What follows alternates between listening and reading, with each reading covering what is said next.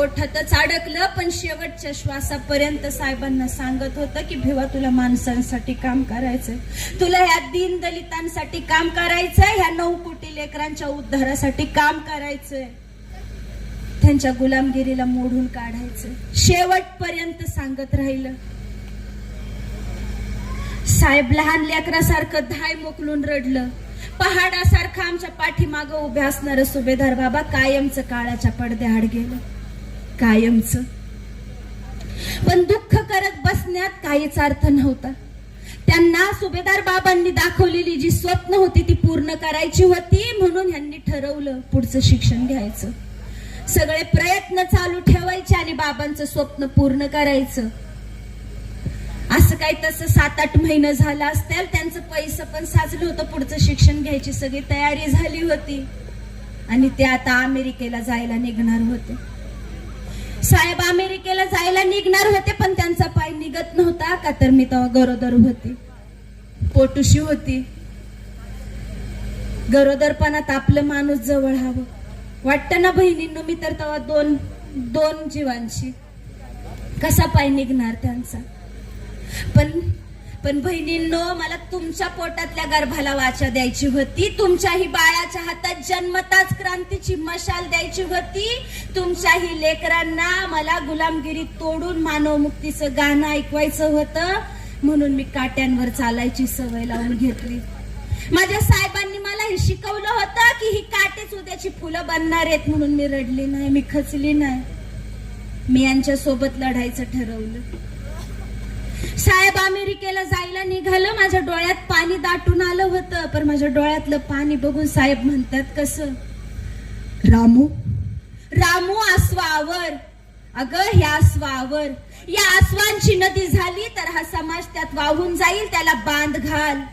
समाजाचे अश्रू पुसण्यासाठी आपले हात कोरडे हवे, ओले नाही. डोळं पुसलं आणि त्यांना वाट लावायला गेली. साहेब अमेरिकेला गेलं. ज्ञानाचं तुफान छातीवर झेलायला साहेबांना लय गर्व वाटायचा. आणि एक दिवशी न्यूयॉर्क वरनं त्यांचं पत्र आलं. पत्रात त्यांनी मोठ्या अभिमानानं लिहिलं होतं, प्रिय राम, सुखरूप पोहोचलो. अमेरिकेची संधी मिळाली, ही उद्याच्या इतिहासाला जन्म देणारी घटना ठरेल. मी तुझ्या डोळ्यातलं पाणी पाहिलं होतं, पण रामू, विरह आणि दुःख हीच माणसाला मोठी बनवतात.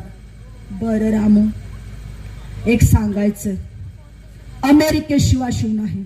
इथं माणूस कसा मोकळा श्वास घेतो आणि मला हेच चित्र भारतामध्ये निर्माण करायचंय.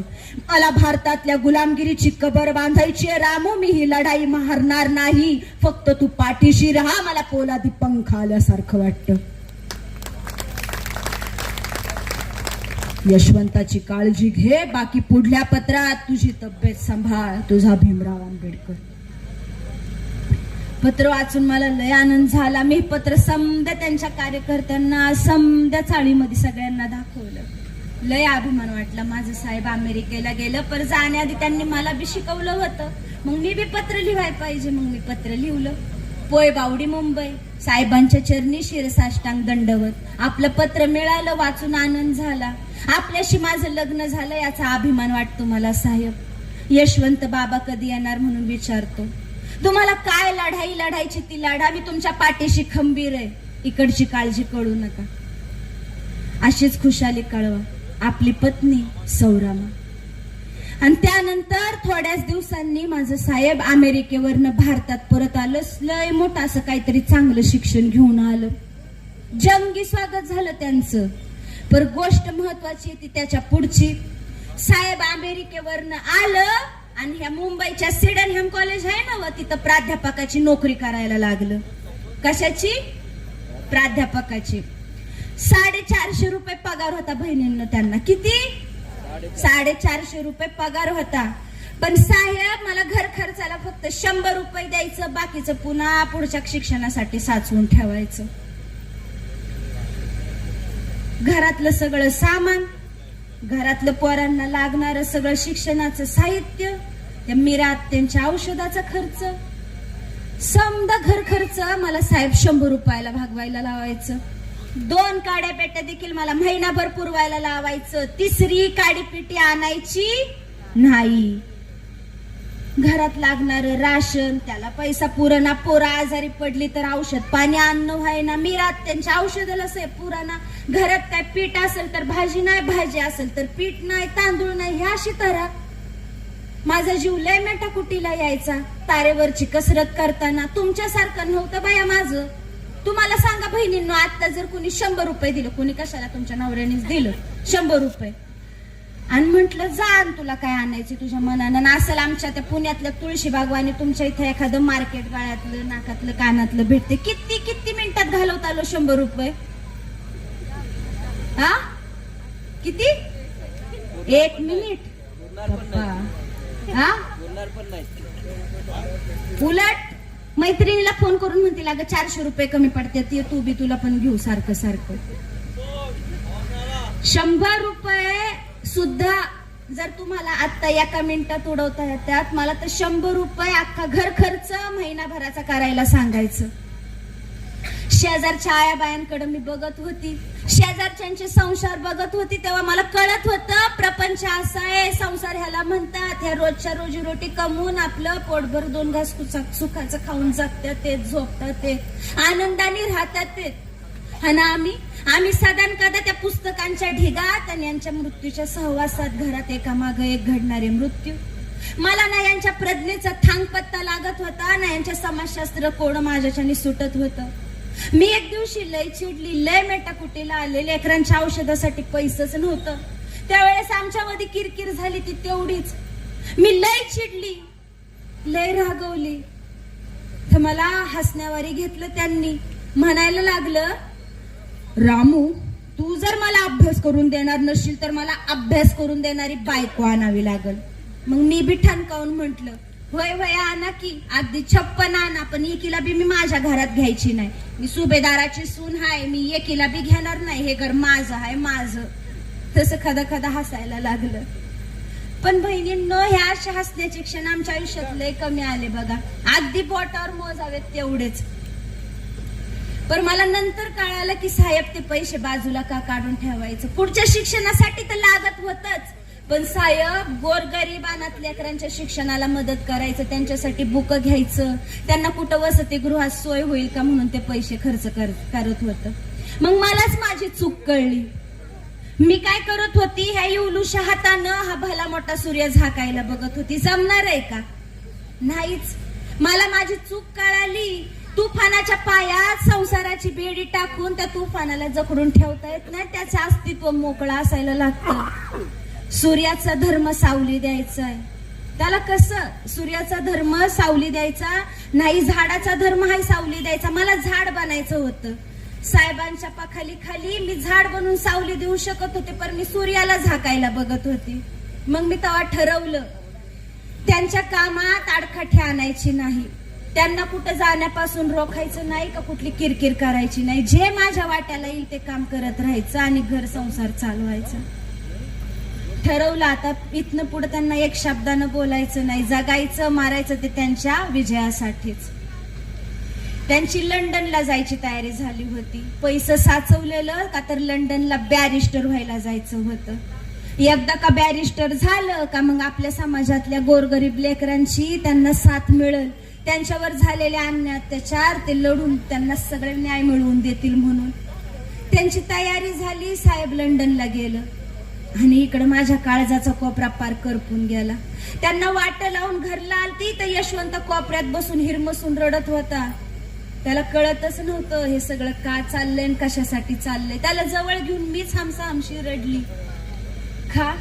कारण घरातलं वातावरण, साहेब जाण्याचं दुःख तर होतच, पण घरात कधीच पोटाला पोटभर खायला नसायचं. टोपल्यामध्ये कधीच 4 भाकऱ्या भरून राहिल्यात असं नसायचं. कधी भाजी असायची तर भाजी संग खायला भात नसायचा, भाकर नसायची. कधी भाकर असली तर तिच्या संग खायला भाजी नसायची. शेजार पाजाऱ्यांकडनं मागून आणून खायची सोय नव्हती, कारण स्वाभिमानानं जगायला लहानपणापासूनच शिकली होती. काम करून कष्ट करून पोट भरायचं, जसं जमल तसं लेकरं वाढवायचं, एवढंच समजत होतं. कधी कधी पिठात पाणी टाकून आम्ही सगळेजण तसंच प्यायचो. रिकामे डबे हलवताना काळजाचं नुसतं पाणी पाणी होऊन जायचं. कधी कधी नुसत्या 4 भाकऱ्या करायचो, एक मुकुंदाला एक यशवंताला, आणि मी लक्ष्मीबाई आमची गौरा आम्ही सगळ्या जणी मिळून बाकी भाकर खायचो. ह्याच तर काहीच नाही दुःख. एक दिवशी अशीच उपाशी पोटी मी सरपण आणायला गेली. भलं मोठं वझा आणत होती. पोटात काहीच नव्हतं. आगीचा डोंब उसळून आला. भूकनं मला चक्कर आली ना अशी चाळी जवळ आली असताना पडली. त्यावेळेस बहिणींनो मला एका माझ्या शेजारणीनं साखर घालून दही भात खायला दिला. मी दही साखर भात आयुष्यात पहिल्यांदा खात होती. ते दही साखर मला अमृतासारखं वाटलं. आज बी माझ्या तोंडावर त्याची चव आहे. एक दिवस यशवंत असं शाळेतनं पळत आला. लय भूक लागली होती म्हणून टोपलं उचकटलं. टोपल्यामध्ये शिळ्या भाकरीचं तुकडं. पण लय भूक लागली म्हणून गप्पा गप्पा त्यानं त्या कोरड्या भाकरीचं तुकडं तोडून खायला सुरुवात केली. घास नरड्यात गुतला. एवढा जोराचा ठसका लागला. डोळं पांढरं व्हायची वेळ झाली. पोराची धावत जाऊन लक्ष्मीनं पाणी पाजलं तेव्हा कुठं जीव आला त्याच्या जीवात. अशी आमच्या गरिबीची तरा. इथवरच नाही, साहेब लंडनला गेलं बॅरिस्टर व्हायला. आपल्या शेजारनी आपल्या मैत्रिणी कशा असतात, चांगलं झालेलं बघवत नाही पण जिथं कुठं काय खुसपट पडले तेच बरं दाखवून द्यायला येतं त्यांना. तुमच्या बी असतील की अशाच. आपल्या घरात काय चाललंय दिसत नसतं. हिचं काय कळलं का ग तुला? तिचं जाऊ दे, तिच्या शेजारशीचं कळलं का तुला? बरं तिचं काय झालं, हिचं काय झालं, कशाला पडलंय काय, तुमच्या घरात काय चाललंय बघा की. बरं नाही, दुसऱ्यांचं टोकून बघण्यात आपल्याला मजा. आणि तसंच होतं. मला शेजारच्या आया लय घालून पाडून बोलायच्या. एवढ्या मला नावं ठेवायच्या. म्हणून सांगू काय सांगू तुम्हाला. मी अशी का नळावर पाणी वगैरे भरायला गेली का एकमेकींमध्ये कुजबुजायच्या. काय करायचं बाई असल्या शिक्षणाचं. ही कसली जगणी जी जिंदगी आली हिच्या वाट्याला. गळ्यात हिच्या फुटका मणी नाही, डोरलं नाही का अंगावर ही फाटकं लुगडं, धडण्या साईडला साडी नाही. काय करायचं असते शिक्षणाचं. नवरा म्हण हिचा लंडनला बॅरिस्टर होतोय. मनात असं उचमळून यायचं. लय अपमान झाल्यासारखं वाटायचं. रडू यायचं. राग बी यायचा त्यांचा. पुण्यांदा साहेबांचं सुभेदार बाबांचं शब्द आठवायचं. पुण्यांदा सगळं दुःख गिळून टाकायचे. झालेला त्रास सगळा विसरून जायचे. रडलेलं आलेलं सगळं अश्रू पुसून टाकायचे. कामाला लागायचे. का तर त्यांचे शब्द कानात घुमायचे. त्या बिचाऱ्या बायकांची काय चूक आहे. त्यांना काय कळणार आहे. क्रांतीची ज्योत पेटवताना स्वतः आधी जाळायला लागतं. त्यांना नव्हतं माहिती. त्यांना सांगणार कोण नव्हतं. पण मला तर सांगायला साहेब होतं. म्हणून मी त्यांचं समज सांगितलेलं ऐकायचे आणि त्यानुसार वागायचे. दिसमास करता करता दिस चाललं होतं आणि झालं तो सोन्याचा दिवस उगवला. या सगळ्या कष्टाचं चीज झालं. माझं साहेब लंडनवरनं बॅरिस्टर होऊन भारतात आलं. लई मोठा सत्कार केला त्यांचा. गळ्यात त्यांच्या फुलांच्या असंख्य माळा पडल्या. त्यांच्या गळ्यात त्या फुलांच्या असंख्य माळा पडल्या आणि ते बघून माझा जीव सुप्पासारखा झाला. त्यांच्या घोषणांच्या, त्यांच्या नावांच्या दुमदमाटाने सगळं आभाळ असं गुंजून गेलं होतं. लय अभिमान वाटलं केलेल्या कष्टाचं काहीतरी सार्थक झालं. साहेब लंडनवरनं बॅरिस्टर होऊन आलं. त्यांची कामं जोरात चालली होती. एका माग एक त्यांना आपल्या समाजातल्या लोकांच्यावर झालेल्या अन्याय अत्याचाराला वाचा फोडण्यासाठी केसेस मिळत होत्या. त्यांचं सगळीकडे नाव झालं होतं. लय प्रसिद्ध झाले होते. त्यांचं नाव लय लांब लांब पर्यंत पसरलं. आणि शेवटी एक दिवस नीट ऐका, कोण भेटायला आलं माहितीये? कोल्हापूरचं आपलं छत्रपती शाहू महाराज. शाहूराजा आलं भल्या मोठ्या टांग्यातनं. टांगा असा खाली उभा केला आणि मोठ्यानं हाक मारली, हवो आंबेडकर साहेब. चाळीतली रस्त्यावरची 100-200 माणसं बघायला लागली. साहेब गेलं आणि म्हंटल, काय आज्ञा आहे महाराज? आज्ञा बिज्ञा काय नाही, तुम्हाला कडकडून भेटावं म्हणून आलो. असं म्हणून त्यांनी एकमेकांना मिठी मारली. अहो चाळीतली रस्त्यावरची इकडची तिकडची 100-200 माणसं टाकामाका बघत होती. एक एवढा मोठ्या स्वतंत्र संस्थानाचा राजा, शिवरायांचा वंशज माझ्या साहेबांना प्रेमानं मिठी मारताना बघून मी तर पुरती हरकून गेली.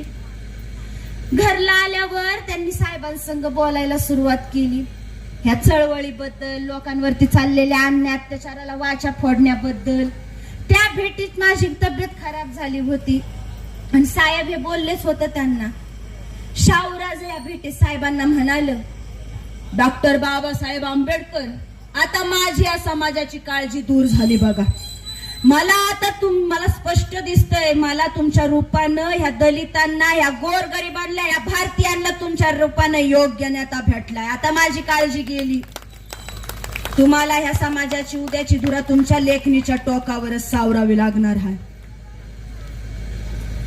माझी खराब तब्येत बघून एवढं झाल्यानंतर बी शाहूराज म्हणतात कसं साहेबांना प्रेमानं समजवतात, अहो बाबासाहेब आंबेडकर, रामा बहिणीला आजारपण नीट व्हायला धाडा आमच्या कोल्हापूरला. आमच्या पन्हाळ्याचं वातावरण लय झाक आहे. अशा तरतरीत होऊन निघतील. माझ्या डोळ्यात टचकन पाणी आलं. अहो एक राजा, शिवरायांचा वंशज, एक छत्रपती मला बहीण म्हणून माहेरपणाला बोलवतो. ही गोष्टच त्या काळी किती मोठेपणाची होती, अभिमानाची होती, आनंदाची होती. तसं बघायला गेल्यावर वननगाव सोडल्यावर मला माहेर कुठं होतं. शाहूराजांच्या शब्दातच मला माहेर गवसलं. पुढं बऱ्याच दिवसांनी एक बातमी कळली, त्यांचा एका आजारपणात अंत झाला. साहेबांना मला ती गोष्ट लय लागली. साहेब तर लय रडलं होतं. म्हणलं होतं समानतेचा खरा राजा, शिवछत्रपतींचा खरा वारसा चालवणारा माणूस गेला म्हणून. साहेब लंडनवर आलत, बॅरिस्टरी सुरू झालती त्यांची. एक दिवस सकाळच्या पारी आम्ही सगळेजण असंच घरामध्ये बसलो होतो. साहेब आपले बसले होते निवांत. तेवढ्यात एक माणूस धाय मोकलून साहेबांकडे आला. रडत रडत मोठ्यानं त्यानं साहेबाचं पाय पकडलं आणि पायच सोडलं. विचारल्यावर कळालं कोणत्या त्यानं सावकारानं त्याची जमीन बळकावून त्याला जातीवाचक शिव्या दिल्या होत्या, मारहाण केली होती. पण साहेबांनी त्याला उठवलं, उभं केलं आणि म्हणाले, अरे उठ उठ, मला रडणारी माणसं नकोत, मला लढणारी माणसं निर्माण करायची आहेत. पहिलं हे रडणं बंद कर. जाऊन त्या सावकाराला जाब विचार आणि मग माझ्याकडे ये. अरे 100 वर्ष शेळी होऊन जगण्यापेक्षा एक दिवस वाघ होऊन जग. जाऊन लढ. तसा तो उठला आणि तारा तारा तारा निघून बी गेला. आम्ही सगळी त्यांच्याकडे बघतोय. मी म्हंटल, साहेब हवं तुम्ही इतर वेळी कार्यकर्त्यांना, लोकांना सभा घेऊन, भाषण घेऊन, पुस्तकं घेऊन किती समजावून सांगता प्रेमानं की कसं आपण बदल घडवला पाहिजे, परिवर्तन केलं पाहिजे. आणि तुम्ही त्या माणसाला गरीब बघून त्याला जातीवरनं शिव्यागाळ केलत्या म्हणून तुम्ही त्याच्यात भेदाभेद केला. त्याची केस का नाही घेतली तुम्ही? कशासाठी हे सगळं चाललंय? तुम्ही त्याला का नाही प्रेमाने समजून सांगितलं? तर साहेब म्हणतात कसं, अगं रामू, या समाजाला अन्याय अत्याचार करायची सवय लागलीये. पण जोपर्यंत ह्यांना आपण बंडाची भाषा शिकवणार नाही तोपर्यंत हे लोक सुधारणार नाहीत. किती दिवस आपण प्रेमाची भाषा बोलणार? ते काही नाही. आता इथून पुढे आपल्याला क्रांतीची भाषा बोलावी लागणार आहे, तेव्हा हे लोक बदलणार आहेत. यांच्यावरची गुलामगिरी, यांच्यावर लादलेले ह्या अन्याय अत्याचाराची परंपरा जर मोडण्यासाठी प्रेमाची भाषा कामाला येत नसेल तर मला बंडाचीच भाषा बोलावी लागणार आहे. मला तू प्रेमाच्या भाषेबद्दल सांगू नकोस. आणि तुला वाटतं मी भेदाभेद करतो? कशामुळे वाटतं रामू तुला भेदाभेद करतो मी असं जर वाटत असेल तर एक किस्सा ऐक. मी घेतलेली एक गोष्ट ऐक. पुण्यामध्ये जेधे लाड बागडे यांच्यासारख्या माझ्या वरिष्ठ जातीतल्या ब्राह्मण जातीतल्या मित्रांवर त्यांच्याच जातीतल्या लोकांनी जातीची मानहानी केल्याचा दावा दाखल केला आणि त्यांना येरवड्याच्या तुरुंगात पाठवलं. महाराष्ट्रातल्या कुठल्याच जातीच्या वकिलानं त्यांची केस घेतली नाही. शेवटी सेशन कोर्टात अपील करून मी त्यांना सोडवलं आणि हे सिद्ध केलं की आमचा ब्राह्मणांना विरोध नसून ब्राह्मणवादाला विरोध आहे. ब्राह्मणवादाला विरोध आहे कारण ब्राह्मण ही चीज अशी आहे जी भेदाशिवाय जगत नाही आणि गुलामीशिवाय जन्मत नाही. यांचे पुतळे करण्याऐवजी कागदी पुतळे करून जाहीरपणे जाळण्याचे सण साजरे करावेत. ब्राह्मण ही काय फक्त जात नाही, धर्म नाही, तर प्रत्येक जाती धर्मात माणसांच्या मेंदूला लागलेली ती कीड आहे. जो व्यक्ती जो जो व्यक्ती स्वतःला इतरांपेक्षा श्रेष्ठ समजतो तो प्रत्येक व्यक्ती स्वतःला त्याच लायकीचा दाखवून देतो जो त्या लायकीचा नाही. आणि मला हे बदलायचंय. माझा कोणत्या एका जाती धर्माला विरोध अजिबात नाहीये. माझा ब्राह्मणवादाला विरोध नाही रामू. माझा ब्राह्मणवादाला विरोध असणाऱ्यांना त्यांना उभं करून ब्राह्मणवाद संपवण्यासाठी पाठिंबा देण्याची जी गरज आहे त्यासाठी चाललेल्या चळवळीला हा पाठिंबा आहे. आणि म्हणून मी माझ्या ब्राह्मण मित्रांना सोडवलं. आणि हे शेवटपर्यंत लक्षात ठेव. तुला पण कळून घ्यावं लागेल की माझा ह्या धर्मात चाललेल्या भांडणांशी काहीही संबंध नाही. या सगळ्याच धर्मग्रंथांनी माणसांच्या मेंदूला कुजवून टाकलंय. मग कोणतेही धर्मग्रंथ असो, कोणत्याही जातींचे असो, कोणत्याही धर्मांशी देवतांशी संबंधित असो, पण त्या प्रत्येक धर्मग्रंथाने माणसाला गुलाम बनवून ठेवले. आणि मला गुलामगिरी माणसाच्या मेंदूतून घालवायची आहे, त्यांच्या आयुष्यातून घालवायची आहे. फक्त ब्राह्मणवाद जपायचा नाहीये किंवा त्याला विरोध करायचा नाहीये. मला मुळातच या ब्राह्मणवादाने ह्या समाजात घालून गेलेली ही गुलामगिरी मुळापासून उखडून टाकायची. आणि म्हणून मला प्रेमाची भाषा नाही तर बंडाची भाषा बोलावी लागणार आहे. आणि हे तू आधी लक्षात घे. मी म्हंटल, साहेब तुम्ही एवढं चिडलात, ही लोक एवढा जातीभेद का करतात, एवढा भेदाभेद का करतात म्हणून ना. पण एवढंच का साहेब, आपल्यावरच का, आपण असं काय पाप केलं म्हणून हा अन्याय अत्याचार सहन करायला लागतो. त्या बिचाऱ्या माणसाने काय केलं होतं. साहेबांना म्हणायचं होतं मला की रामू त्या एकट्यावर अन्याय अत्याचार होत नाहीये, हा अन्याय अत्याचार सर्वांवरती चालू आहे. पण ते पटवून देणार कसं. एकाच जातीचा माणूस दुसऱ्या जातीबद्दल बोलायला लागला की आपल्याकडे जातीयवादाची तेढ निर्माण केल्याचा दावा इथं लोक ठोकतात. सांगतात की हा जातीयवादी, हा धर्मवादी आहे. पण सत्य परिस्थिती समोर आणण्याची कुणाच्यात हिंमत नसते. पण माझ्या साहेबांमध्ये ती होती. आणि म्हणूनच त्यांनी जवळकर सारख्या लेखकांना पाठिंबा दिला होता, तो हेच सांगण्यासाठी. मग त्यांनी मला जवळकरांनी लिहिलेली काही विधानं सांगितली. भावांनो आणि बहिणींनो लक्ष देऊन ऐका. साहेब पुढे काय म्हणाले. जेव्हा मी विचारलं की साहेब हे लोक एवढा भेदाभेद का करतात, तर साहेबांनी उत्तर दिलं, एवढाच भेदाभेद रामू. अगं जवळकर काय लिहितात त्यांच्या पुस्तकात ऐक आणि ते मस्तकात घे. जवळकर म्हणतात, व्रताच्या खर्चात तुमच्यासारख्या लोकांना खोल खोल गाडून तुमच्यासारख्या जिवंत मुर्द्यांच्या शरीराची लचके तोडणारी गिधाड म्हणजे पंडित. या बुद्धांनी दिलेल्या मानवी संस्कृतीचा संदेश, त्यांनी दिलेली समानता हाणून पाडून 4 वर्णाच्या नावाखाली 6000 जातींना जन्म देणारी संस्कृती म्हणजे हडळे हडळ. अगं त्यांच्यामुळे सिंहासारखा गरजणारा मर्दांचा मर्द राजा शिवराय त्या धर्मग्रंथांनी नालायक ठरवला आणि क्षुद्र म्हणवला. राज्याभिषेकाला तो लायक नाहीये हे सांगितलं. हे कितपत पटतं तुला. अगं ज्या तुकोबांनी वेदवाणी अभंग रूपातून मांडली त्या तुकोबांचे अभंग या नराधमांनी इंद्रायणीच्या डोहात बुडवले. आणि नंतर तुकोबारायांना ठार केला आणि सांगितलं विमानानं वैकुंठाला गेले. हे तर काहीच नाही रामू. ज्या वेळेस छत्रपती शाहू मारले त्यानंतर ह्यांच्यासारख्या नराधमांनी पेढे वाटले. आणि तू म्हणते मी भेदाभेद करतो, अजिबात करत नाही. पुढे ऐक रामू. धर्मग्रंथांबद्दल जवळकरांनी केलेलं विधान ऐक. जवळकर म्हणतात हे धर्मग्रंथ म्हणजे आपले मृत्यूपत्र आहेत. आणि ते बरोबर आहे, मी त्याला मान्यता देतो. सगळे हे धर्मग्रंथ आहेत ना ते आपल्यावरती केलेले अन्याय अत्याचार त्याच्यावरती पाखंडाची मुलामी लावतात. व्रत वैकल्य परंपरा यांचा संस्कृतीशी संबंध जोडतात आणि आपल्याला अन्याय अत्याचार सहन करण्याच्या ढिगात गाडतात. पण मला हे सगळं बदलायचंय. ह्यांनी लिहिलेले धर्मग्रंथ जाळल्याशिवाय मी राहणार नाही रामू. तू लक्षात ठेव. तू हे वाक्य लक्षात ठेव. ह्यांनी लिहिलेले धर्मग्रंथ जाळल्याशिवाय मी राहणार नाही.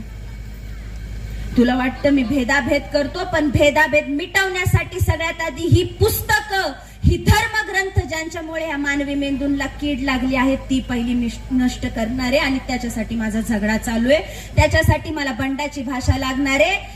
आता मला हित क्रांतीच्या भाषेलाच समर्थन करावं लागणार आहे. तू ज्या वेळेस म्हणते त्याच्याशी प्रेमाने बोला त्यावेळेस त्याला मला अंजरत गोंजारत बसावं लागेल. आणि ह्या समाजाला झोपेचं सोंग घ्यायची सवय लागली आहे. आणि ह्यांना झोपेतून उठवण्यासाठी माझा लढा आहे. यांनी यांच्या हक्कासाठी स्वतः लढावं. म्हणून मी त्याला म्हटलं तू जाऊन तुझा जाब विचार. साहेब ते सगळं मला पटतंय, सगळं मला मान्य, पण तुम्ही थोडं त्याच्याशी प्रेमाने बोलले असते तर त्याला तळ थोडं कळलं असतं. कळलं असतं? कसं कळलं असतं? आजपर्यंत भाषणं दिली, सभा घेतल्या, कालच्याच भाषणातला एक किस्सा ऐक. मी बोलतोय, मी सांगतोय, लोकांची पलीकडे जातीवरनं भांडणं चालू आहेत. कशासाठी? आणि मी म्हणतोय माणूस म्हणून एकत्र या, मी म्हणतोय गुलामगिरी मोडून काढा, मी म्हणतोय एकत्र येऊन तुमच्यावर चाललेल्या अन्यायाला विरोध करा. आणि ह्यांना सांगतात ही बाकीची लोक की तुम्ही धर्मग्रंथांचा आधार घ्या, हिंदू संस्कृती श्रेष्ठ आहे. अगं जर हिंदू आहोत ना आपण, तर त्या हिंदूंचे हक्क मिळतात का आपल्याला? नाही मिळत रामू. आणि एक लक्षात ठेव, म्हणूनच मी ठरवलंय, मी जरी हिंदू म्हणून जन्माला आलो असेल तरी मी हिंदू म्हणून मरणार नाही. मी हिंदू म्हणून मरणार नाही, हे माझं वाक्य लक्षात ठेव. साहेबांनी तेव्हा एवढं समजून सांगितलं, शांतपणे मला एक एक गोष्ट पटवून दिली. त्या दिवशी त्यांच्या डोळ्यातला तो शाहू राजांनी दाखवलेला तुमच्या सगळ्यांचा नेता मला दिसला. त्यांच्या डोळ्यातला तो रुबाब, त्यांच्या चेहऱ्यावरचं तेजस्वीपणा, ती आग, ते सगळं बघून मला पटलं. शाहू राजांचे शब्द खरे झाले, सुभेदार बाबांचं स्वप्न खरं झालं की या दीन दलितांना, तुमच्या सगळ्यांना माझ्या साहेबांच्या रूपानं योग्य नेता भेटला. तुमचा खरा बाप भेटला. भेटला होता का तुम्हाला तुमच्या साहेबांच्या रूपानं योग्य नेता? वाटतंय तुम्हाला? जेवढे आहेत तेवढ्यांनी तर सांगा. तुम्हाला वाटते तुम्हाला तुमचा बाप मिळाला, तुमचा नेता भेटला साहेबांच्या रूपानं? जरी तुम्हाला भेटला असेल ना भावांनो, जर तुम्ही खरंच बाप मानला असतं तर ह्या अशी छोटी मोठ्या किरकिरीमध्ये अडकले नसते. झालेले वाद तिथं सोडून टाकले असते, नेकोप्याने राहिले असते. मला साहेबांच्या रूपामध्ये तुमच्यासाठी भेटलेला बाप दिसला आणि त्याच वेळेस माझ्या मनात एक मोठा हुंदका दाटून आला. का? कारण जरी तुमच्या सगळ्यांना माझ्या साहेबांच्या रूपाने योग्य नेता भेटला होता, तुमचा खरा बाप भेटला होता ना, तरी सुद्धा त्यांचं घरातलं बाप पण आणि माझा आई पण दुःखाच्या मृत्यूच्या पडद्यावर येऊन गेलं होतं.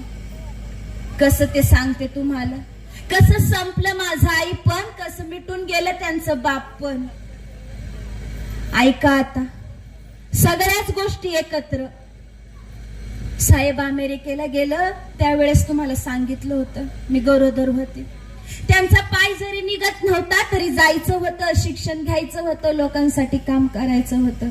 साहेब अमेरिकेला गेल्याचं दुःख होतच.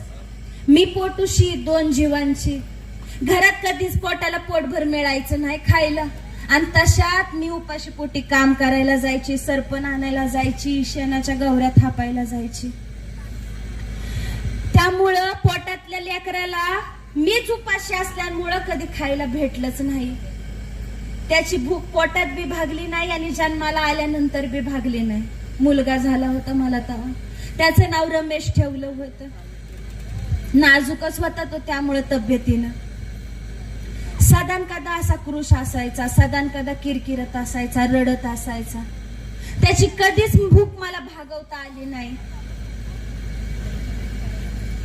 रमेश थोडा मोठा झाला असं 2-4 दिवस त्याला तांदळाच्या पाण्याची पेच करतो ना आपण, ती करून पाजत होत. तरी बी त्याची किरकिर चालू असायची, रडणं बंद नसायचं. कळत नव्हतं नेमकी ह्याला कोणती भूक आहे. एक दिवशी असंच रडता रडता त्याला झोळीमध्ये झोपवला होता. झोका दिला, रमेश झोपी गेला. बराच वेळ झाला. लक्ष्मी म्हणली, गौरा म्हणली, ताई रमेशचा आवाज याय नाही. लय वेळ झाला उठला नाही. बघायला गेली, लय वेळ झाला उठला नाही, त्याचा आवाज नाही, म्हणून त्याला झोळीतनं काढलं आणि माझ्या मांडीवर घेतलं. तर त्याचं शरीर संपूर्ण गार पडलं होतं.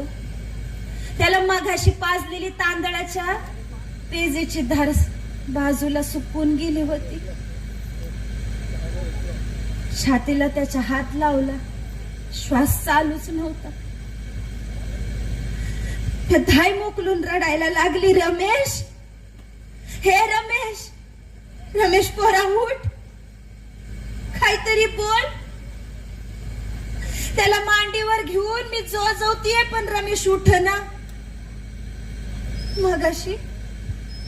मगाशी त्याला झोपवत होती मांडीवर, तेव्हा माझं थानाला चाच पडत होत. पोर त्याला दूध प्यायचं होतं, पण मला दूध येतच नव्हतं. बहिणींनो, माझ्या पोटात अन्नाचा कण नसायचा, मला त्याची भूक भागवायला पुरेसं दूधच नसतं.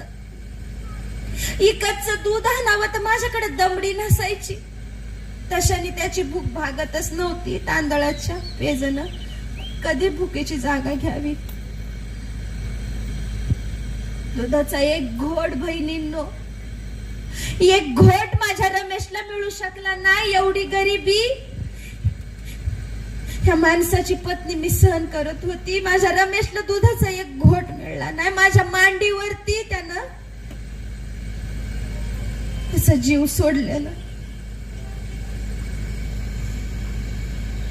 ह्याच पदरात त्याला डोळं झाकून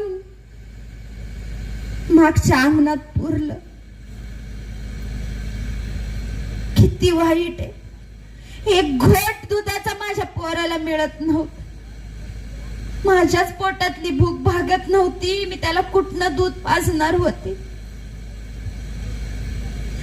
त्याचं दुःख विसरायचं कसं, तर इंदूचं काय घडलं ते सांगते. हवं माझी पोर तर ह्यांच्यासारखीच दिसायला. पोरी आपल्या बापावानी दिसतात म्हणतात. माझी इंदू तशीच होती, तेजस्वी डोळ्यांची, गोरी पान, लय देखणी.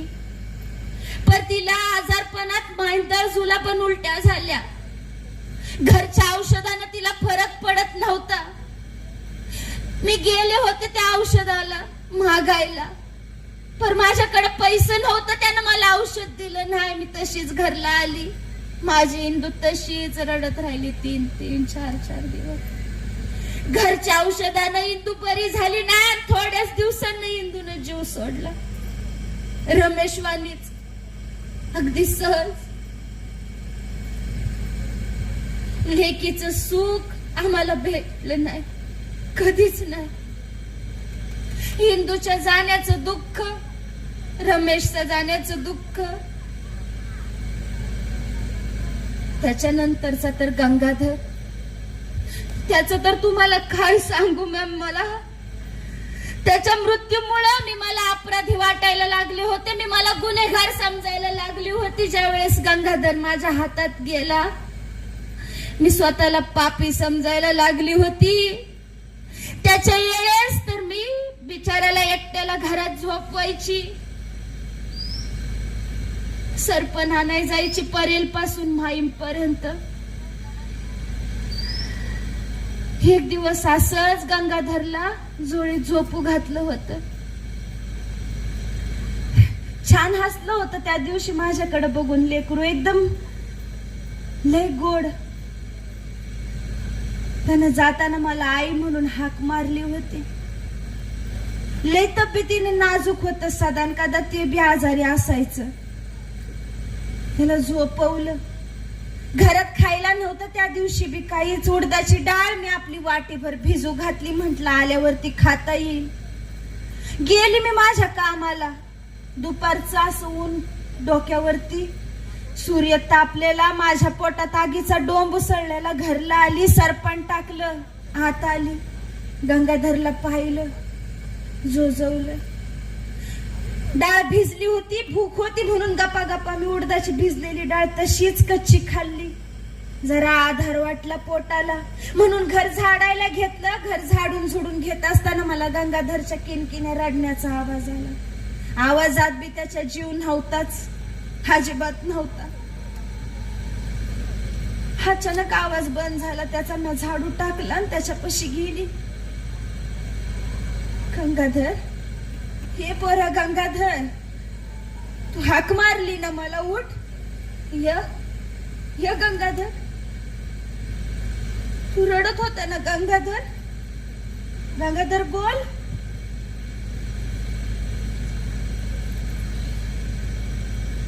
गंगाधर बोलला नाही माझ्याशी.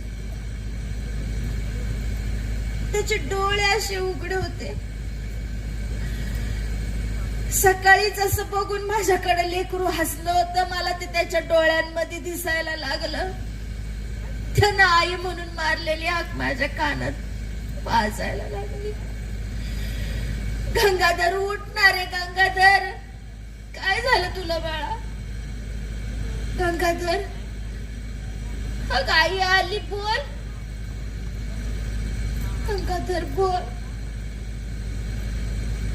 नाही बोल. त्याचं पाठीला चिकटलेलं पोट त्याच्या उपासमारीची आणि आमच्या गरिबीची दशा दाखवत होत. त्याच्या भरगड्या निव्वळ मोजून घ्याव्या अशा दिसत होत्या.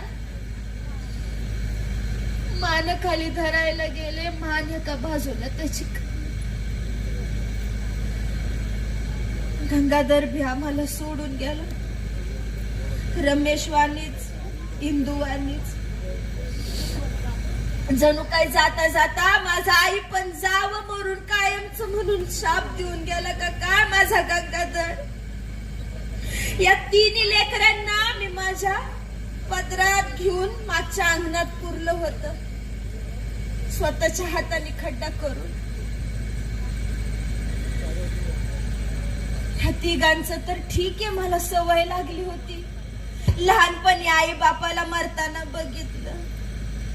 लग्न करून आले, एका मागणं एक मृत्यूच बघत होते. सुभेदार बाबा झालं, मी रात झालं. पण साहेब ह्या सगळ्यांसाठी तयार नव्हतं. आमच्या राजरतनचं तर तुम्हाला काय सांगू. साहेबांचा राजरतनवर लय जीव होता. हा माझ्यासारखा पराक्रमी होणार असं साहेब म्हणायचे. त्याला शिकवायचे, लिहायला वाचायला, गोष्टी वाचून दाखवायचे, त्याला खेळवायचे, खायला घालायचे. कोणतं तरी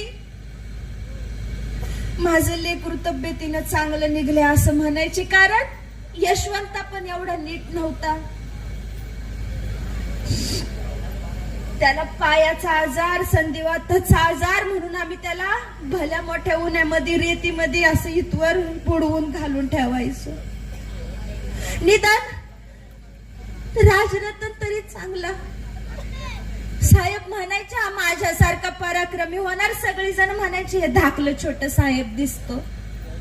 पुढे एका आजारपणात त्याला न्यूमोनिया कधी झाला कळलाच नाही. मी कपडे वाळू घालत होती, ते उन्हात खेळता खेळता पडला, चक्कर येऊन. मी ह्यांना कोर्टात निरोप धाडला. ते तातडीनं आलं, त्याला घेऊन जायला लागलं. पण गाडीमध्ये साहेबांच्या मांडीवरच राजरतननं शेवटचा श्वास घेतला. माता जमिनीवर गडागडा लोळायला लागली. माझा आई पण पार संपून गेलं होतं. आता कसलीच कुठलीच अपेक्षा राहिली नव्हती. कुणावरती काय बोलावं याचा कुठलाही हातभार राहिला नव्हता. साहेबांचा तर विश्वासच बसना. राजरतन गेला. त्यांना खरं वाटेना, कारण त्यांनी कधी मृत्यू असा जवळ पाहिला नव्हता. मला सवय लागलेली हे सगळं सोसायची, पण माझ्या साहेबांना सवय नव्हती. साहेबांचं संसारावरनं चित्तच उडालं. राजरतन गेल्यानंतर लोक भेटायला यायची, साहेब भेटायला जात नव्हतं. कोण बोलायला लागलं का साहेब त्यांना प्रत्युत्तर देत नव्हतं. ज्या खोलीत तो झोपायचा, खेळायचा, बसायचा, तिथं साहेब जात नव्हतं. त्यांनी जेवण सोडलं. माझ्याशी तर संन्याशी वृत्तीनं वागायला लागलं. एक शब्द सुद्धा बोलना. कार्यकर्ते भेटायला यायचे, सभांबद्दल बोलायला, कुठल्या मोर्चांबद्दल बोलायला साहेब भेटत नव्हतं. लोक लय त्यांची वाट बघत होती. शेवटी कार्यकर्ते मला येऊन भेटले आणि बोलले, आई साहेब हे कुठेतरी थांबलं पाहिजे, तुम्ही साहेबांसंग बोला. अहो या चळवळीला, या समाजाला त्यांची गरज आहे असं त्यांनी दुःख करत बसलं तर आम्ही काय करायचं. आई साहेब तुम्ही साहेबांशी बोला. माझ्या मातृत्वाचा पुरुष ढासळत असताना बी मी साहेबांना समजवायचं ठरवलं. मोठं धाडस केलं मनाचं आणि साहेबांना भेटायला गेली. जे त्यांनी आजपर्यंत मला शिकवलं होतं, मला आता साहेबांना शिकवायचं होतं. त्याच त्यांच्या शिकवणुकीची त्यांना त्यांच्या शब्दांची आठवण करून द्यायची होती. मी धीर केला आणि साहेबांना बोलले, साहेब तुम्हीच म्हणता ना हे जीवन नश्वर आहे. दुःख करायला इथं कुणाला वेळ नाही. हे जीवन नश्वर आहे, हे दुःखात अडकण्यासाठी नाही येणारा प्रत्येक जण जाणार आहे. मग साहेब तुम्ही काय दुःख करत बसलेत? विरह, त्याग, दुःख हेच जीवनाची परिभाषा आहे, तर त्याला आपल्याला सामोरं जायचं हे तुम्ही शिकवलं ना साहेब. तुम्हीच जर ह्यात रडत बसले तर ह्या समाजाला दिशा कोण देणार साहेब? रामजी बाबांचं स्वप्न पूर्ण कोण करणार साहेब? साहेब तुम्ही यातून बाहेर पडा, तुम्ही यातून बाहेर पडा साहेब. आणि ज्या बोटाने मला कुंकू लावलत ना साहेब, तेच बोट या समाजाला दिशा दाखवणारं ठरावं साहेब. आणि या दीनदलितांच्या कामी यावं, हेच रामजी बाबांचं स्वप्न आहे साहेब. तुम्ही यातनं बाहेर पडा. माझं शब्द ऐकून साहेब गहिवरलं, धाय मोकळून रडलं. त्या दिवशी मला विचारलं, रामू कुठनं आणते तू एवढी ताकद? कुठनं येतो तुझ्यामध्ये एवढा सगळा त्रास सहन करण्याचं ताकद? मग मी त्यांना दाखवलं, त्यांनीच लिहिलेलं एक पत्र. ते लंडनला होते तेव्हा लिहिलं ते पत्र. मी उशाखाली ठेवायचे सदान कदा. दिवसभर काही दुःख वाटायला येऊ, किती त्रास सोसो, किती काम करायला लागो, रात्री झोपायच्या आधी ते पत्र वाचलं का मला मुठभर का व्हायना मासा अंगावर चढल्यासारखं वाटायचं. कारण त्यांनी त्या पत्रात लिहिलंच तसं होतं. आमच्या सगळ्या लेकरांच्या मृत्यूबद्दल लिहिलं. त्यांचे माझ्याशिवाय झालेले हाल लिहिले होते, माझे त्यांच्याशिवाय झालेले हाल लिहिले होते. त्यांचा बोटीचा प्रवास, शिळपाव खाऊन, कोरड पाव खाऊन त्यांनी लायब्ररीत वाचून काढलेली पुस्तकांबद्दल लिहिले होते. काळाराम मंदिराच्या सत्याग्रहाबद्दल लिहिलं होतं, तिथं झालेल्या सगळ्या घटनांबद्दल लिहिलं होतं. आणि हे सगळं लिहिताना त्यांनी शेवटी लिहिलं, रामू या सगळ्या प्रवासात तू माझी पत्नी याचा मला अभिमान वाटतो. रामू तू माझ्या पाठीशी खंबीर उभी नसती तर मी हे सगळं करू शकलो नसतो. तू तुझं सूर्याला सांभाळताना सावली होण्याचा धर्म पाळलायस म्हणले रामू. त्या पत्रात त्यांनी लिहिलं होतं कबुली जबाब देण्याच्या अर्जवात की रामू मी तुझा खूप मोठा अपराधी आहे. तुझं लहानपण अनाथपणात गेलं, लग्नानंतर तुझ्या गेलेल्या लेकरांमुळे तू अनाथ झाली. मी तुला कधी कुठलं कसलं सुख देऊ शकलो नाही, यासाठी मी तुझी माफी मागतो. पण रामू एक लक्षात ठेव, तू या 9 कोटी दलितांच्या गळ्यातला ताईत झालीस, त्यांची आई झालीस. हे भाग्य कोणत्या नारीला मिळणार नाही रामू, हे कोणत्या नारीला मिळणार नाही. आणि ते वाचलं का मला कुठनं का व्हायना ताकद यायची. मी पुन्हा दुसऱ्या दिवशी काम करायला मोकळी. मी साहेबांच्यासाठी उपास तापास करायचे. खरंच ऐकलं तुम्ही, मी तुमच्यासारखीच होती. खोटारडं वागणं. बाहेर लावतो आपण बाबासाहेबांचा आणि बुद्धाचा फोटो ना आतल्या घरात पूजत बसतो. देवाऱ्यात वेगवेगळे दगड पुजतो का नाही? तसंच मी बी करायचे. मला शेजारच्या आयाबाया लय सांगायच्या, आमक्याला पूज, तमक्याचा उपास कर. साहेबांच्या वरती ज्या वेळेस दगडफेक झाली तेव्हापासून तर माझं उपास तापास करणं लय वाढलं. मी त्यांच्यासाठी कितीतरी दिवसांचं बिना अन्न पाण्याचा उपास करायचे.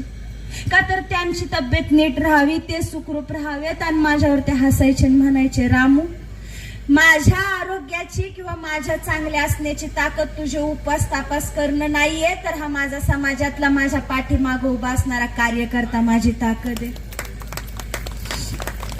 त्यांचा त्यांच्या कार्यकर्त्यांवर लय विश्वास असायचा. साहेबांचं एका मागे एक काम करणं चालूच होतं. आणि मला शेजारच्या आयाबाया जे सांगायच्या ते माझं करणं चालूच असायचं. माझी तब्येत खंगायला लागली होती, खचायला लागली होती. पंढरपूरचा प्रसंग असा जीव पिळवटून टाकणारा. मला लय शेजारच्या आयाबायांनी सांगितलं होतं, तो पंढरपूरचा इटू म्हण जणीच्या मदतीला येतो. त्यांनी कान्होपात्राला वाचवली होती. मग मला वाटलं माझ्या साहेबांना बी वाचवून मी बी जाऊन एकदा दर्शन घ्यावं. आणि आपली तब्येत खराब असल्यावर आपले जवळचे आपलं समजा ऐकतात. मी बी गेले लाडी गोडीनं साहेबांसंग बोलायला. साहेब मला पंढरपूरला जायचंय. साहेब रागवलं, पंढरपूरला कशाला जायचंय तुला पंढरपूरला? साहेब मला इटूच्या दर्शनाला जायचंय पंढरपूरला. इटूच्या दर्शनाला पंढरपूरला? अगं ते बडवे पुजारी आपल्याला विठूचं दर्शन घेऊ देत नाही. 700 वर्षांपूर्वी त्यानं चोखा मेळाला दर्शन दिलं नव्हतं. अगं ते बडवे पुजारी जर आपल्या सारख्यांना दर्शन देत नसतील तर तू काय जाते तुझ्या पांडुरंगाच्या दर्शनाला? तू पंढरपूरचा खूळ डोक्यातून काढून टाक. साहेब रागवलं. तसं माझ्या मनात धस झालं, पण मी त्यांचीच बायको, त्यांच्या चळवळी बघत बघत एवढी मोठी झालेली. मग मी बी प्रश्न केला, जर मला विठूच्या मंदिरात जायला नको म्हणताय तर तुम्ही काळाराम मंदिराचा सत्याग्रह कशा पाय केला? प्रश्न बरोबर होता ना? बरोबर आहे ना? कशा पाय केला? मग साहेब म्हणतात, कसं? अगं रामू, काळाराम मंदिराचा सत्याग्रह तुझ्यासारखा दर्शनासाठी नव्हता तर समतेचा हक्क बजावण्यासाठी होता. मी तिथं दर्शनासाठी गेलो नाही लढायला, तर आपल्या लोकांना जर माणूस म्हणून, हिंदू म्हणताना तुम्ही, तर सगळ्यांना सगळ्यांचे अधिकार समान पद्धतीने दिले पाहिजेत यासाठी तो लढा द्यायला गेलो होतो. तोच लढा होता चौदार तळ्याचं पाणी साठवण्यासाठी आणि ते आपल्याला मिळण्यासाठी, पिण्यासाठी. अगं इथं जनावरांना पाणी दिलं जातं पण माणसांना दिलं जात नाही आणि त्यासाठी त्या चौदार तळ्याचा सत्याग्रह होता. माणसाला माणसाचे हक्क सगळ्यांना सारख्याच प्रमाणात आणि सारख्याच पद्धतीने मिळाले पाहिजेत यासाठी लढा होता. दर्शनासाठी मी काळाराम मंदिराचा सत्याग्रह केला नाही रामू, तर क्रांतीसाठी केला होता, भक्तीसाठी नाही. तिथं जाऊन लोकांनी मोकळं व्हावं, धर्मांधतेतनं सुटावं, अंधश्रद्धेच्या रूढी परंपरातून सुटावं यासाठी होता. गुलामगिरीच्या बेड्या तोडून टाकण्यासाठी होता. मी म्हंटल ते काय का असाना साहेब, पण मला एकदा का व्हायना विठूच्या दर्शनाला जाऊ द्या. तुमच्यासाठी मी एकदा त्याचं दर्शन घेईन. नाही नाही नाही, ते बडवे पुजारी आपल्याला दर्शन घेऊ देत नाही. तिथं जाऊन तू तुझा अपमान करायचा नाही, जायचं नाही तू विठूच्या दर्शनाला. ते रागवलं. तशी मी धाय मुकलून रडायला लागली, घाबरली. तर मला समजावण्याच्या सुरात म्हणतात, कसं? अगं रामू, रडू नकोस, डोळे पुस. तुला ऐकायचंय? लहानपणी बाबा मला कबीरांचे दोहे म्हणायला सांगायचे, त्यातला दोहा ऐक. दुनिया इतनी बावरी जो पत्थर पूजे जाए, घर का पत्थर कोई न पूजे जिसका पिसा खाए. अगं ही नराधम ह्या बाहेरच्या दगडांना शेंदूर फासून देव म्हणून आपल्या डोक्यावर मांडणार, तर घरात जे दगडी जात असतं त्या दगडी जात्यात धान्य दळलं जातं, त्यातनं पीठ येतं, त्या पिठाची भाकर बनते. ती भाकर आपली भूक भागवते, पण ही नराधम त्या दगडी जात्याला पूजत नाहीत. हा किती दृष्टपणा. ते काही नाही रामू, इथून पुढे आपण माणसांमध्येच देव शोधायचा आणि माणसांमधल्याच देवाला धर्म मानायचा. मला साहेबांचं सगळं म्हणणं पटलं. मला म्हणलं, अगं रामू, तुझ्यासाठी मी नवीन पंढरपूर उभारेल, पण त्या ठिकाणी माझी लोक दर्शनासाठी येणार नाहीत, भक्तीसाठीही येणार नाहीत, तर क्रांतीसाठी येतील आणि बंधमुक्त होतील. असं पंढरपूर आपण निर्माण करू. तिथे बुद्धाच्या विश्व समानतेचा संदेश मिळेल. तेथूनच सगळा माणूस एकसारखा आहे हा सुगंध गावोगावी पसरेल. ती विज्ञानाची एक विवेकाची पेठ असेल. असं विश्वरूपी पंढरपूर आपण निर्माण करू. आणि माझ्या साहेबांनी ते निर्माण केलं. सांगा कोणतं तुमचं पंढरपूर? मोठ्यानं दीक्षाभूमी. जाता का तिथं दर्शनाला? ते साहेबांनी निर्माण केलं. तेव्हापासून माझ्या डोक्यातनं पंढरपूरच्या विठूचं खूळ गेलं. ते कायमच बघा बहिणींनो, तुम्ही बी तुमच्या डोईवरची ती परडीन घरातला तो देवारा फेकून द्या. या 33 कोटी दगडांनीच आपलं वाटोळं केलंय. आपणच त्यातले प्रत्येक दगड घेतोय आणि एकमेकांच्या डोक्यात मारतोय. हे पहिले टाकून द्या, त्याच्याने नुकसान आपलंच आहे. हे असेच प्रसंग आमच्या आयुष्यात होते सगळे.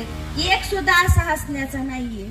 अहो, लंडन वरनं साहेब आलते, तो प्रसंग ऐकताल तर रडताल तुम्ही बी. साहेब येणार म्हणून सारी जनता सणासारखी साजरं करायला तयार होती. समद्यांनी नवीन कापड घेतलेली. आमच्या घरच्यांना सुद्धा नवीन कापड घालावी म्हणून ह्यांचं बंधू बाळारामनी पैसे दिले, तर साहेब यायचा दिवस उजाडला. सारी जनता समुद्र किनाऱ्यावर त्यांच्या स्वागताला गेली. सगळी जनता गेली, पण मला जाता येईना का? खातर माझं लुगडं 2 रंगाचं 2 वेगवेगळ्या तुकड्यांनी शिवलेलं. बॅरिस्टर झालेल्या माणसाची बायको जर अशी गेली तर लोक काय म्हणतात? मग मला आठवलं, शाहूराजांनी ह्यांना सत्कारात जरीचा फेटा दिला होता. मी तो जुन्या पेटीतनं काढला आणि तोच फेटा लुगड्यासारखा नेसला. पर फेटा तो फेटा, लुगड्याची सर त्याला कशी येणार? समुद्रात मासेमारी करणाऱ्या कोळीन बायकावानी तुम्हाला गुडघ्या पस्तूरच आला. माझीच मला लाज वाटली. पण माझ्या साहेबांच्या स्वागतासाठी तशीच गेली. लांब उभी राहिली, लपून छपून साहेबांना बघत होती. त्यांची बी नजर मला शोधण्यासाठी भिरभिरत होती आणि इतक्या वेळ न राहून मी मोठ्यानं हाक मारली, साहेब, आणि धावत जाऊन त्यांचं पाय धरलं. माझ्या डोळ्यातल्या पाण्यानं त्यांच्या पायातली बुट धुवून निघाली. घरला आल्यावर त्यांनी मला विचारलं, रामू, सर्वांच्या अंगावर नवीन कपडे असताना तू पटका का नेसलास? बाळारामने तुला पैसे नाही दिले? त्यांनी मला पैसे दिले होते साहेब, पण काय रामू, मग पटका का नेसलास? लुगडं का नाही घेतलंस? ते एवढं बोलस्तवर मी जुन्या पेटीत ठेवलेली नवी धोतर जोडी काढली, साहेबांच्या हातात दिली, म्हटलं, साहेब, मला दिलेल्या पैशातनं मी तुमच्यासाठी ही नवी धोतर जोडी घेतली. बॅरिस्टर साहेब, तुम्ही किती दिवस झालं फाटक्या गोदडीवर झोपताय म्हणून तुम्हाला झोपायला ही गादी घेतलीये आणि जेवायला बसायला हा पाट. बस साहेब, जेवढं त्या पैशातनं आणलं ते समजा तुमच्यासाठीच आणलं. मला माझ्यासाठी काय बी नग साहेब. तुम्हाला मी हसताना बघते तेव्हा माझं सगळं दुःख संपून जातं. तुम्हाला हे मोठं झालेलं बघते, माझा सगळा त्रास संपून जातो. तुमच्या सुखातच माझं सुख आहे साहेब. मला माझ्यासाठी काय बी नग. माझं शब्द ऐकून साहेब डोळ्यातनं पाणी काढून लहान लेकरागत रडलं. मला म्हटलं, रामू, मला कळतंय मी तुझा खूप मोठा अपराधी आहे. म्हटलं, म्हणू नका साहेब, असं सारखं सारखं म्हणू नका. तुम्ही मला खूप सुख दिलंय, खूप प्रेम दिलंय. या समाजासाठी तुम्ही करता तेच लय आहे माझ्यासाठी. बाबांचं स्वप्न पूर्ण करताय हेच खूप आहे माझ्यासाठी. मला म्हणतात, कसं? आज तू मला सांग, तुला काय पाहिजे?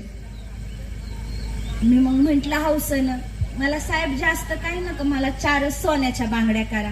तुमच्या नावाने करताल ना, मी साऱ्या गावभर घालून मिरवण. आणि खरंच की थोड्या दिवसांनी साहेबांनी मला सोन्याच्या बांगड्या केल्या. त्या दिवशी मी हाय नाही ते दागिनं, चांगली साडी घातली, हातात त्या बांगड्या घातल्या, नाख्या चाळीत फिरून आली. मला त्या बायकांना दाखवायचं होतं माझा नवरा काही कमी नाही म्हणून. पण मला घरी आल्यावरती वाईट वाटायला लागलं, मी कशाला ह्यांच्या नादी लागले म्हणून. का सांगा कशासाठी? दागिने तर तुमचं माझं सगळ्यांचं सेमच असणार, हाय का नाही? असतील का? काय फरक असेल? तुमच्याकडे सोन्याचे दागिने, माझ्याकडे सोन्याचे दागिने, मग फरक काय राहिला? मग मला कळालं की ह्या सगळ्या दागिन्यांपेक्षा मोठा दागिना माझ्याकडे होता, आणि ते म्हणजे माझं साहेब. या सोन्याच्या दागिन्यांपुढं मी हिऱ्याला तोलायला बघत होते. माझंच मला हसू आलं. त्या सोन्याची मला काही किंमत वाटतच नव्हती. पुढं मी आजारी होती म्हणून आमचं जरा माझ्या आजारपणासाठी डॉक्टर म्हणलं होतं हवा पालटायला कुठं तर दुसरीकडे पाठवा. मग ह्यांचं मित्र होतं वराळे साहेब, ते धारवाडला वसतिगृह चालवायचं सगळ्या गोरगरीब विद्यार्थ्यांसाठी. एकत्र समध्या जातीपातीची लेकरं असायची. तिकडे पाठवलं, तिकडे त्या नवरा बायको माझी काळजी घ्यायची. तिथं त्या सगळ्या वसतिगृहात सगळी लेकरं गोळ्या मेळ्याने खेळताना बघून मला पण लय आनंद व्हायचा. काही दिवसांनी काय 2-4 दिवस लेकरांचा आवाजच यायना. हळूहळू आवाज कमी झालेला आणि मला खोलीमध्ये जेवण आणून देत नव्हते. मला कळतच नव्हतं मला बाहेर का जेवायला द्यायना. मला जरा वाटलं काहीतरी गडबड आहे म्हणून बघायला गेली. लेकरं चिडीचूप बसली होती. वराळ्यांना विचारलं काय परीक्षा चालू आहेत का अजून काय? शेवटी त्यांनी सांगितलं. म्हटलं, आई साहेब, किराणा संपलाय, वसतिगृहासाठीचा किराणा संपलाय, सामान संपलंय आणि मागची शाळेची ग्रँड अजून यायची बॅग बाकी आहे म्हणून वाणीपूरचं किराणा बी देत नाहीये, उधारी राहिलीये. माझ्या डोळ्यात पाणी दाटून आलं. अचानक माझ्या डोळ्यांसमोर माझा आईबाप, माझा रमेश, इंदू, गंगाधर, माझा राजरतन अशी सरसर सरसर डोळ्यासमोर सरकून गेले. काळजात धस झालं. बिना अन्न पाण्या वाचून मरण काय येतं, कसं येतं, माझ्या इतकं कुणाला कळलं नव्हतं. मी हातातल्या बांगड्या काढल्या साहेबांनी केलेल्या त्या सोन्याच्या आणि त्या वराळे साहेबांना दिलं. म्हटलं, ह्या घ्या, मोडा आणि काय पैसे येतील त्यातनं सगळं सामान आणा, किराणा आणा. ते घेत नव्हते. 5-10 मिनिट आमच्यात तोच वाज होता चालू की घ्या. ते म्हणायचे नको आई साहेब. मग मी शेवटी साहेबांना सांगल म्हटलं की तुम्ही घेतलं नाही, पोरांचा हाल केलं, मग बघा तुमचं काय होईल. असं म्हटल्यावर वरवाळींनी त्या बांगड्या घेतल्या, त्या मोडल्या आणि त्याच्यातनं आलेल्या पैशातनं त्या दिवशी वसतिगृहासाठीचं सामान आणलं. तेल, मीठ, भाजी, पीठ समद आणलं. त्या दिवशी मी माझ्या हातानं पोरांना करून खायला घातलं. पोरांना जेव्हा मी घास भरवत होती तेव्हा त्या पोरांमध्ये मला माझा रमेश पुन्हा जिवंत झाल्यासारखा दिसायला लागला. त्या पोरांमध्ये माझी इंदू मला बागडताना दिसली. माझा आईबाप जाऊन माझ्याकडे हसताना दिसायला लागलं. माझा गंगाधर, माझा राजरतन सगळे मला जिवंत झाल्यासारखे वाटायला लागले. त्या दिवशी कळालं माणसाच्या आयुष्याची किंमत. हे दागदागिनं, सोनं नाणं, तुमचा पैसा अडका ह्याच्यापेक्षा लय मोठं आहे म्हणून. दिसमास करता करता दिस चाललं होतं आणि माझ्या आयुष्यात हीच परिस्थिती कायम होती. माझं उपास तापास करणं, साहेबांची वाट बघत बसणं हे काही कमी होत नव्हतं आणि म्हणून माझा आजार पण बळावत चाललं होतं. माझी तब्येत लय खचली होती. पण साहेबांनी माझ्या दिमतीला भली मोठी डॉक्टरांची फौज लावली होती. पण मला त्या डॉक्टरांची गरजच नव्हती. मला गरज होती फक्त एकाच माणसाची, ती म्हणजे माझं साहेब. वाटायचं आयुष्यभर माझ्या वाट्याला त्यांचा सहवास आला नाही, त्यांच्या संग बोलणं आलं नाही. कधीतरी आयुष्यात मला त्यांच्याशी गप्पा मारायला मिळाव्यात, सांगावं कधीतरी मी त्यांना आयुष्यात सगळं काही भोगलं. त्या भोगण्याच्या मागची ताकद माझं साहेब म्हणजे तुम्ही होतं. पण आम्हाला कधी असा बोलायला वेळच भेटलेला नसायचा. त्यांचं स्वप्न होतं, त्यांनी माझ्यासाठी राजगृह बांधायला घेतला होता. नाव पण किती सुंदर ठेवलं आणि का ठेवलं हे बी मला सांगितलं होतं, राजगृह. त्यांचं काय स्वप्न होतं माहितीये? त्यांचं दोनच गोष्टींवर लय प्रेम होतं. एक म्हणजे हा तुमचा, आमचा, हा माझ्या लेकरांचा समाज, ही लेकरं चांगली व्हावीत, त्यांच्यावरचा अन्याय अत्याचार मिटावं, ती माणसात यावी हे. आणि दुसरं म्हणजे पुस्तकांशिवाय त्यांना दुसरं काही दिसायचंच नाही. त्यांचं स्वप्न होतं राजगृहामध्ये एक खोली असावी, बांधावी पुस्तकांसाठी. आणि तिथं त्यांना त्या खोलीमध्ये एका खुर्चीवर त्यांच्या रामूला पुस्तक वाचताना बघायचं होतं. ते त्यांचं स्वप्न होतं. पण राजगृह बांधून होत आला, माझी तब्येत खचायला लागली, माझा आजार पण वाढलं. यांच्यासाठी जेव्हा हे चळवळींना निघून जायचे लांब लांब, यांच्यावर अन्याय अत्याचार करणं जर सोडा, त्यांच्यावरती हल्ले व्हायचे, हल्ले. मग त्यांचे हल्ले परतवून जावे, त्यांच्यावरती कोणतं संकट नाही यावं म्हणून येड्यावानी मी उपास तापास करायचे. आणि माझंही उपास तापास करणं अजून वाढलं, का तर ते सुखरूप राहावे. पण मला कळत होतं साहेबांचं माझ्या आयुष्यात माझ्यासाठी वाट्याला येणं लय कमी आहे. म्हणून मी त्यांची राजगृहाच्या पायऱ्यांवर अशीच वाट बघत बसलेली असायची. साहेब जायचं चळवळींना, साहेब जायचं लांब लांबच्या गावांना भाषण द्यायला, सभा घ्यायला. आणि ते गेले, निघाले का मी ते येईपर्यंत त्या पायऱ्यांवर त्यांची वाट बघत बसायची. माझं बी स्वप्न होतं, त्यांना मी आमच्या राजगृहातल्या पुस्तकांच्या खोलीत पुस्तक वाचून दाखवल. पण माझं शरीर आता मला साथ देत नव्हतं. हे समजा डॉक्टरांना कळकळून सांगायला लागलं, काही करून माझ्या रमाला वाचवा. त्यांना कळून चुकलं होतं की वेळ गेली.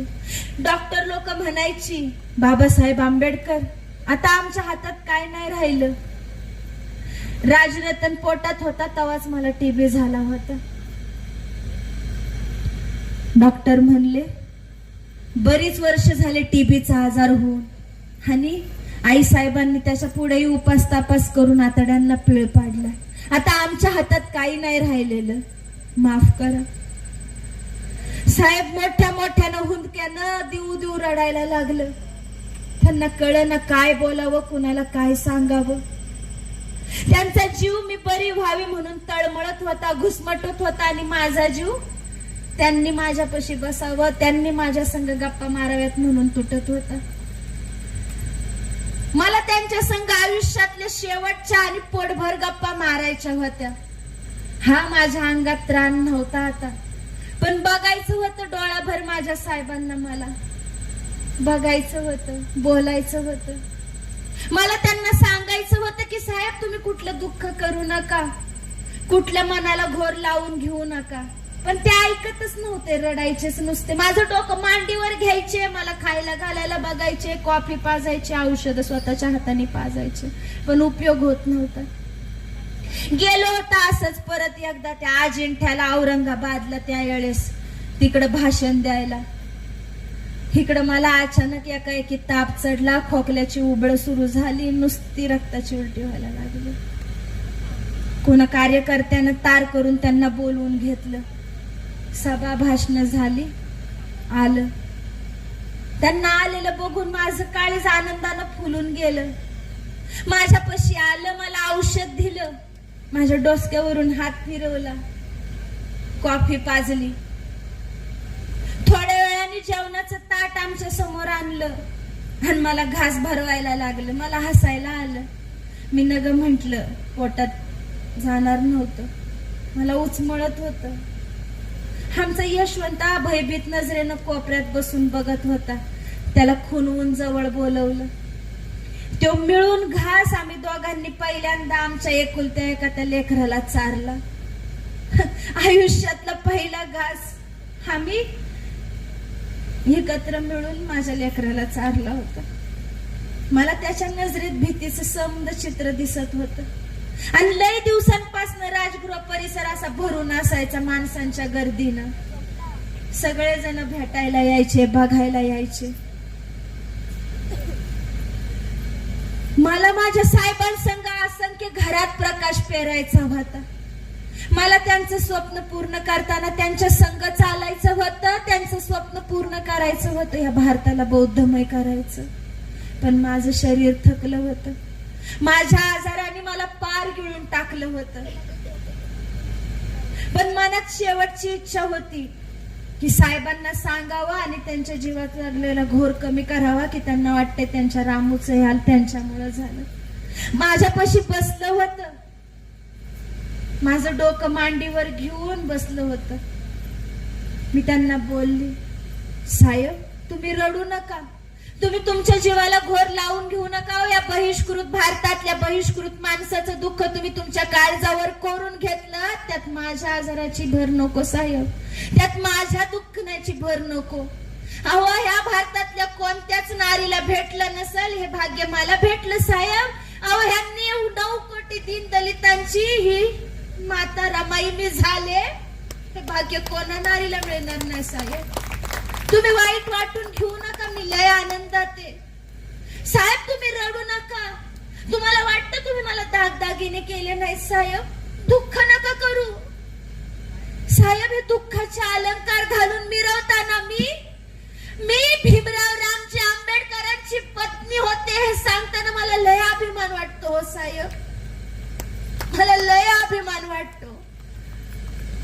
तुमच्यासाठी थोडस दुःख सोसलं, तुमच्यासाठी थोडासा त्रास सोसला साहेब, त्याचं मला दुःख नाही, त्याचा तुम्ही त्रागा करून घेऊ नका. मी खूप आनंदी आहे, मी खूप समाधानी आहे साहेब. तुम्ही स्वतःला गुन्हेगार समजू नका. उलट ही रामू तुमच्यासाठी कुठं काय करण्यात कमी पडले असेल, तुमचं कधी मी देवाधर्माच्या बाबतीत ऐकलं नसेल तर मला माफ करा साहेब, तुमच्या रामूला माफ करा. पण एकच इच्छा आहे साहेब माझी समधी पोटची लेकरं मी माझ्या हातानं या पदरात आपल्या अंगणात गाडलीत. आपले एकुलता एक यशवंत राहिलाय, त्याची आई व्हा, त्याची काळजी घ्या साहेब. माझ्यासाठी एवढं करा, मला बाकी काही नग साहेब. एकच इच्छा आहे, मी दुःखात नाहीये साहेब. हे असंच हे भरलं कपाळ आहे ना साहेब, तसंच मला जायला मिळावं, मला बाकी काही नका.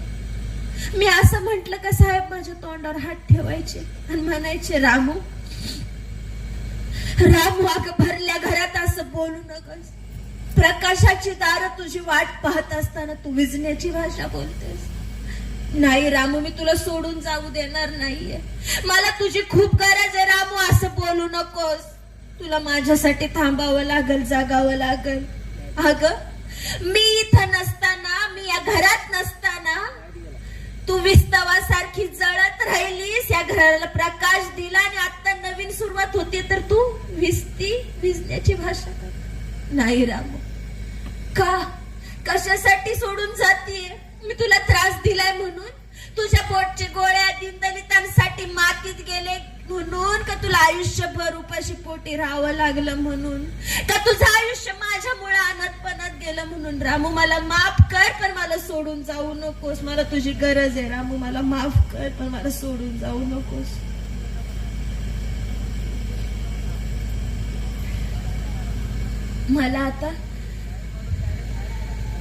मला आता त्यांच्याशी बोलायला, गप्पा मारायच्या होत्या, पण माझी वाचा गेली हो. माझी वाचा गेली, माझी जीभ लोळी पडली. पुढचा प्रयत्न केला पण माझे शब्द बाहेर पडना.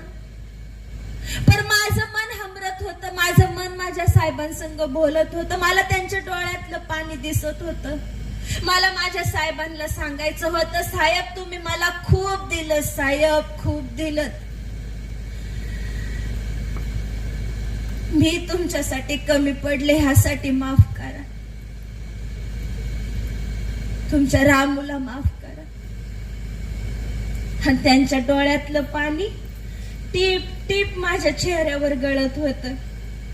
माझं डोसकं मांडीवर घेऊन हे बसलेले असताना त्यांच्या डोळ्यातलं पाणी माझ्या चेहऱ्यावर पडत असताना मला खूप बरं वाटलं. बहिणींनो, मला आता शेवटच्या गरम पाण्याच्या आंघोळीची गरज नव्हती. नव्हती मला गरज. माझ्या साहेबांच्या डोळ्यातल्या पाण्यानं मी आनंदाने न्हात होती, आनंदाने न्हात होती. साहेब कळकळून माझ्याशी बोलत होते, रामू रामू मला सोडून जाऊ नकोस, मला तुझी गरज आहे रामू. अगं, संसाराच्या विस्तवात तू स्वतःला जाळून घेतलंस, भाजून घेतलंस, झटत राहिलीस, झिजून गेलीस आणि आता वेळ आली तर मला एकटा सोडून चाललीस. रामू नको, रामू नको. अगं रामू, तुझ्या पदराच्या ताकदीवर मी ठाम उभा होतो म्हणून या भिवाचा भीमराव आणि भीमरावाचा बॅरिस्टर डॉक्टर बाबासाहेब आंबेडकर झालो ग. एवढे वर्ष सहन केलं, सण आता सोडून चाललीस. रामू मला सोडून जाऊ नकोस, मला सोडून जाऊ नकोस.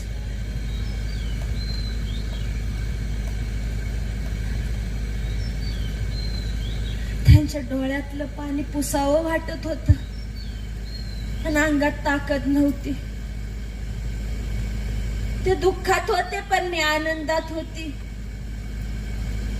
सिंहासारखा गरजणारा, मर्दांचा मर्द, युगानुयुगांच्या बेड्या तोडणारा आणि युगाच्याही पाठीत लाथ मारणारा युगंधर मी रडताना पाहत होते.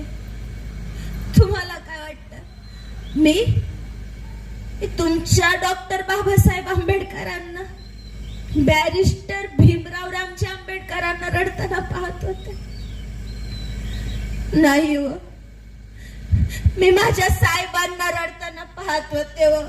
माझ्या साहेबांना वाटलं मला थोडासा हात पुढं करावा, त्यांचं डोळं पुसावत मी हात सुद्धा पुढं केला, पण तो पिकल्या पानावानी गळून पडला व पिकल्या पानावानी.